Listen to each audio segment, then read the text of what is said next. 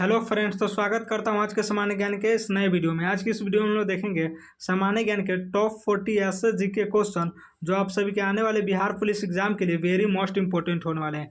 चलिए question number 1 की ओर बढ़ेंगे। क्वेश्चन नंबर 1 में पूछे जा रहा है, बिहार में सदाकत आश्रम की स्थापना किसने की थी? बिहार में सदाकत आश्रम की स्थापना किसने की थी? मजहरुल हक ने। क्वेश्चन नंबर 1 का बी बिल्कुल सही जवाब हो जाएगा, मजहरुल हक। चलिए क्वेश्चन नंबर 2 की ओर बढ़ेंगे। क्वेश्चन नंबर 2 में पूछे जा रहा है, मगध साम्राज्य की प्राचीनतम राजधानी गिरिवर्ज को 5 पहाड़ियों ने घेरा हुआ था। इनमें कौन सी पहाड़ियां उसका हिस्सा नहीं थी? मगध साम्राज्य को प्राचीनतम राजधानी गिरिवर्ज को 5 पहाड़ियों ने घेरा हुआ था। इनमें कौन सी पहाड़ी उसका हिस्सा नहीं थी? आप सभी को याद रखना है, कौन सी पहाड़ी हिस्सा नहीं थी? बराबर की पहाड़ियाँ। क्वेश्चन नंबर 2 का डी बिल्कुल सही जवाब हो जाएगा, बराबर की पहाड़ियाँ। चलिए क्वेश्चन नंबर 3 की ओर बढ़ेंगे। क्वेश्चन नंबर 3 में पूछा जा रहा है, 1857 के विद्रोह के दौरान बिहार के किस जिले के विद्रोहियों ने नवादा को सरकारी खजाने लूटा था? 1857 विद्रोह के दौरान बिहार के किस जिले के विद्रोहियों ने नवादा सरकारी खजाने को लूटा था? आप सभी को याद रखना है, गया। क्वेश्चन नंबर 3 का बी बिल्कुल सही जवाब हो जाएगा, गया। चलिए क्वेश्चन नंबर 4 की ओर बढ़ेंगे। क्वेश्चन नंबर 4 में पूछा जा रहा है, बिहार का वह प्रथम मुस्लिम शासक कौन था जिनसे नालंदा विश्वविद्यालय को नष्ट किया? बिहार का वह प्रथम मुस्लिम शासक कौन था जिसने नालंदा विश्वविद्यालय को नष्ट किया? तो आप सभी को याद रखना है, बख्तियार खिलजी। नालंदा विश्वविद्यालय को किसने नष्ट किया था? बख्तियार खिलजी ने। क्वेश्चन नंबर 4 का बी बिल्कुल सही जवाब हो जाएगा। चलिए क्वेश्चन नंबर 5 की ओर बढ़ेंगे। क्वेश्चन नंबर 5 में पूछा जा रहा है, प्रकाश संश्लेषण के दौरान फोटो सिस्टम सेकेंड में इलेक्ट्रॉन का अंतिम स्रोत क्या होता है? प्रकाश संश्लेषण के दौरान फोटो सिस्टम सेकेंड में इलेक्ट्रॉन का अंतिम स्रोत क्या होता है? आप सभी को याद रखना है, H2O, जल। क्वेश्चन नंबर 5 का बी बिल्कुल सही जवाब हो जाएगा, जल। चलिए क्वेश्चन नंबर 6 की ओर बढ़ेंगे। क्वेश्चन नंबर 6 में पूछा जा रहा है, मानव शरीर में क्लोसिस्टोकेनिन हार्मोन का मुख्य कार्य क्या होता है? तो क्लोसिस्टेनिन का मुख्य कार्य क्या होता है? पित्ताशय का संकुचन करना होता है। क्वेश्चन नंबर 6 का बी बिल्कुल सही जवाब हो जाएगा, पित्ताशय का संकुचन करना। चलिए क्वेश्चन नंबर 7 की ओर बढ़ेंगे। क्वेश्चन नंबर 7 में पूछा जा रहा है, भारी जल का अनुभार मॉलिक्यूलर वेट कितना होता है? तो भारी जल का अनुभार जो होता है कितना होता है? आप सभी को याद रखना है, 20। क्वेश्चन नंबर 7 का सी बिल्कुल सही जवाब हो जाएगा, 20। चलिए क्वेश्चन नंबर 8 की ओर बढ़ेंगे। क्वेश्चन नंबर 8 में पूछा जा रहा है, निम्नलिखित में से कौन सा एंजाइम दूध को दही जमाने के लिए उत्तरदायी है? निम्नलिखित में कौन सा एंजाइम दूध को दही जमाने के लिए उत्तरदायी है? आप सभी को याद रखना है, रेनिन। क्वेश्चन नंबर 8 का सी बिल्कुल सही जवाब हो जाएगा, रेनिन। चलिए क्वेश्चन नंबर 9 की ओर बढ़ेंगे। क्वेश्चन नंबर 9 में पूछा जा रहा है, संविधान के किस अनुच्छेद के तहत राज्यपाल को अध्यादेश ऑर्डिनेंस जारी करने की शक्ति प्राप्त है? तो ऑर्डिनेंस शक्ति जारी करने की शक्ति प्राप्त है अनुच्छेद 213 के तहत। क्वेश्चन नंबर 9 का बी बिल्कुल सही जवाब हो जाएगा। चलिए क्वेश्चन नंबर 10 की ओर बढ़ेंगे। क्वेश्चन नंबर 10 से पूछा जा रहा है, भारत के किस राज्य ने सबसे पहले लोकपाल विधेयक पारित किया था? भारत के किस राज्य ने सबसे पहले लोकपाल विधेयक को पारित किया था? आप सभी को याद रखना है, ओडिशा। क्वेश्चन नंबर 10 का बी बिल्कुल सही जवाब हो जाएगा, ओडिशा। चलिए क्वेश्चन नंबर 11 की ओर बढ़ेंगे। क्वेश्चन नंबर 11 पूछा जा रहा है, बिहार के किस जिले में उदयपुर वन्यजीव अभयारण्य स्थित है? बिहार के किस जिले में उदयपुर वन्यजीव अभयारण्य स्थित है? आप सभी को याद रखना है, पश्चिमी चंपारण। क्वेश्चन नंबर 11 का बी बिल्कुल सही जवाब हो जाएगा, पश्चिमी चंपारण। चलिए क्वेश्चन नंबर 12 की ओर बढ़ेंगे। क्वेश्चन नंबर 12 में पूछा जा रहा है, प्रसिद्ध तिलैया बांध तिलैया डैम किस नदी पर निर्मित है? तो तिलैया डैम जो है किस नदी पर निर्मित है? आप सभी को याद रखना है, बराकर। क्वेश्चन नंबर 12 का बी बिल्कुल सही जवाब हो जाएगा, बराकर। चलिए क्वेश्चन नंबर 13 की ओर बढ़ेंगे। क्वेश्चन नंबर 13 में पूछा जा रहा है, अर्थशास्त्र में फिलिप्स वक्र किन दो कारकों के बीच संबंध को दर्शाता है? अर्थशास्त्र में फिलिप्स कर्व जो है किन दो कारकों के बीच संबंध को दर्शाता है?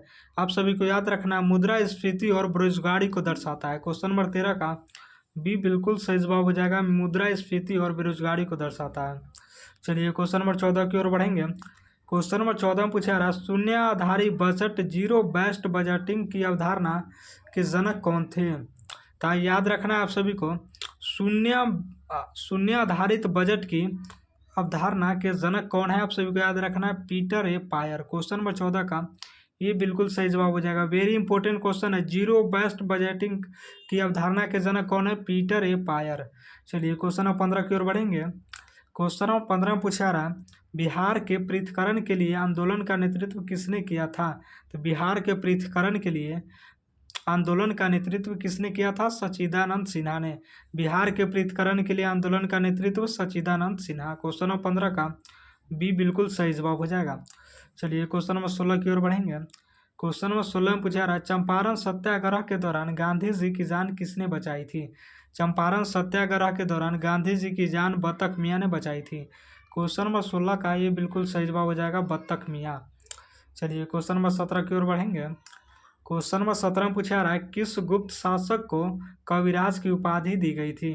किस गुप्त शासक को कविराज की उपाधि दी गई थी? आप सभी को याद रखना है, समुद्रगुप्त। किस गुप्त शासक को कविराज की उपाधि दी गई थी? समुद्रगुप्त। क्वेश्चन नंबर 17 का बी बिल्कुल सही जवाब हो जाएगा, समुद्रगुप्त। चलिए क्वेश्चन नंबर 18 की ओर बढ़ेंगे। क्वेश्चन नंबर 18 में पूछा रहा है, विक्रमशिला विश्वविद्यालय की स्थापना किस पाल शासक ने की थी? विक्रमशिला विश्वविद्यालय की स्थापना किस पाल शासक ने की थी?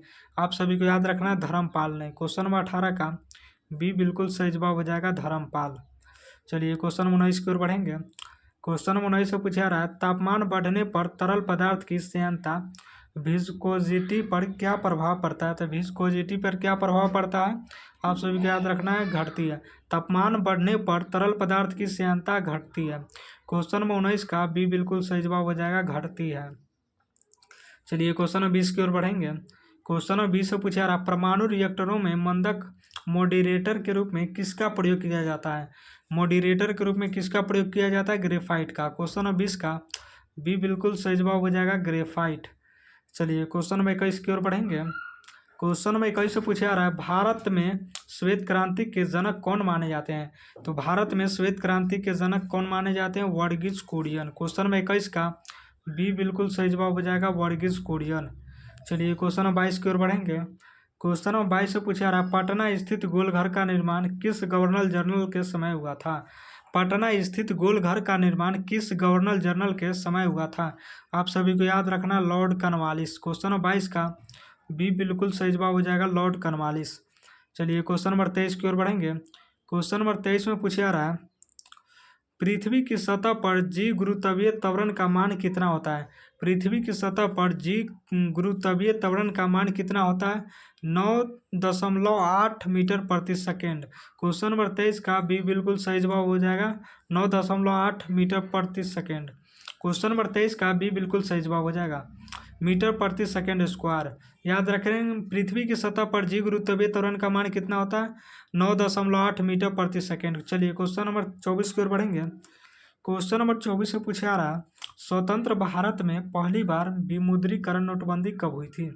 स्वतंत्र भारत में पहली बार विमुद्रीकरण नोटबंदी कब हुई थी?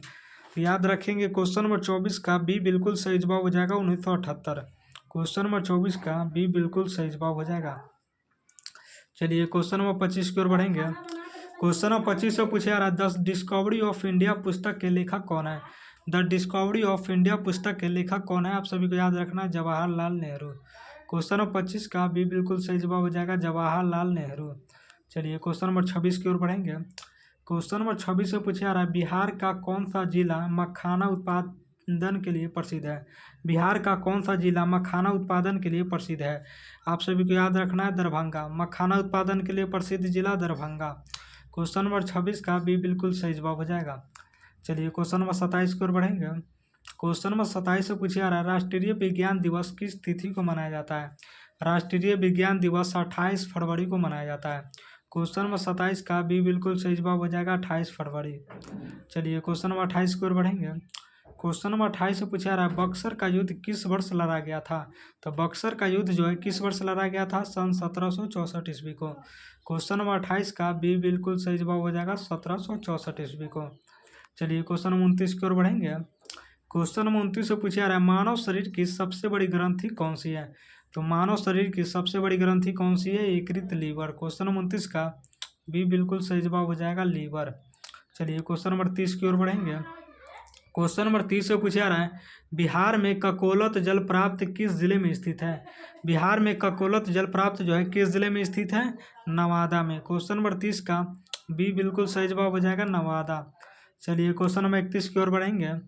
क्वेश्चन नंबर 31 से पूछा रहा है, भारतीय संविधान में मौलिक अधिकार किस देश से लिए गए हैं?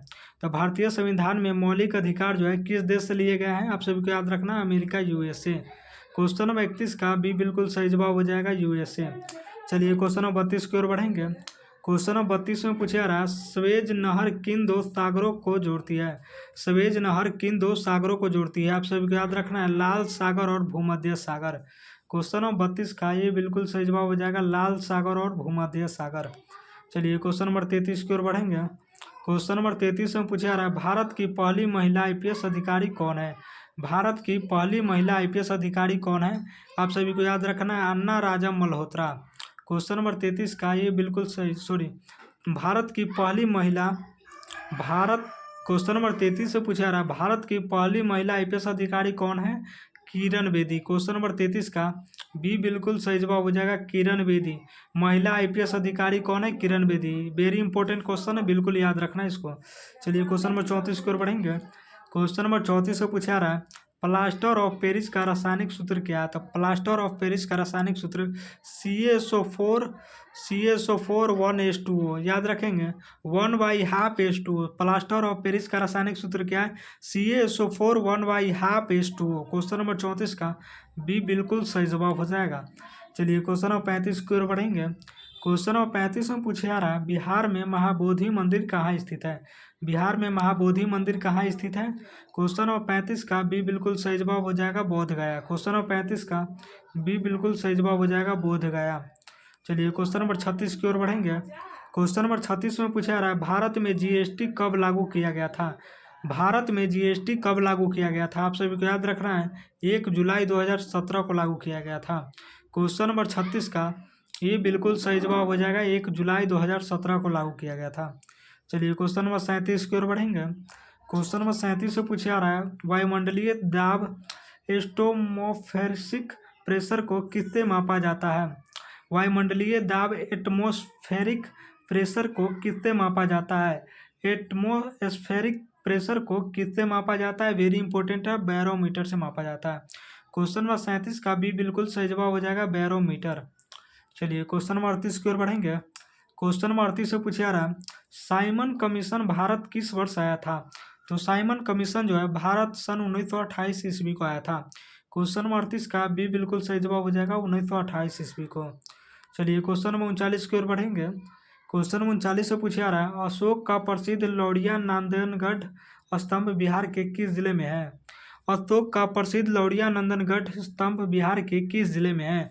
आप सभी को याद रखना, पश्चिमी चंपारण। क्वेश्चन नंबर 39 का ये बिल्कुल सही जवाब हो जाएगा, पश्चिम चंपारण। चलिए क्वेश्चन नंबर 40 की ओर बढ़ेंगे। क्वेश्चन नंबर 40 से पूछा रहा है, कंप्यूटर का मस्तिष्क किसे कहा जाता है? कंप्यूटर का मस्तिष्क जो है CPU को कहा जाता है। क्वेश्चन नंबर 40 का बी बिल्कुल सही जवाब हो जाएगा, CPU।